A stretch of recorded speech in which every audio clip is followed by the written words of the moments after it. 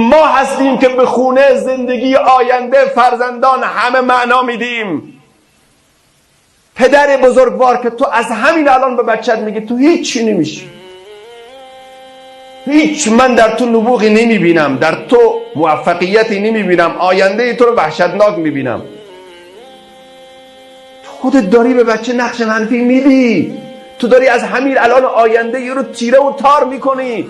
بعد چطور توقع داری فرزند تو فردا یک فرد مثبت، یک فرد آینده نگر، یک فرد معنوی و روحانی و متعالی با دیدگاه‌های ارزشمند قرار بگیرد و در جامعه نقش ایفا کنه؟ و همسرت از همین الان داری میگی که تو سراسر مشکلی، من از تو هیچی نمیبینم، اصلا هیچ خیری در تو نیست، هرچی میبینم شر، هرچی میبینم تو آمیخته ای از بدی و نقص و مشکلات هستی. طبیعیست همون میشه.